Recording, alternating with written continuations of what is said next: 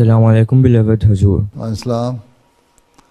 My name is Ataul Awal Sheikh Juman. My question is, will the election of the new president of America have an impact on the timing of the Third World War? Nobody knows.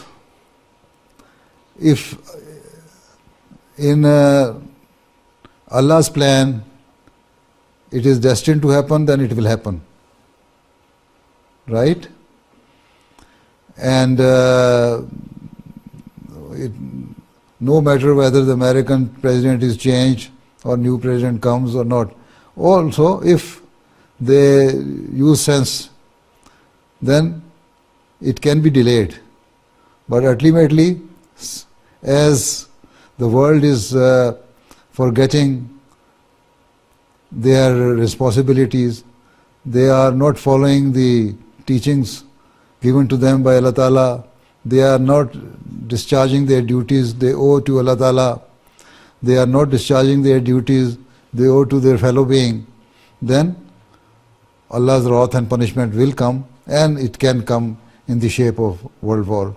No matter whether there is an American president or any other president, Biden or Trump or whoever it is. Oh, it can be delayed if they behave well. But we should pray, even if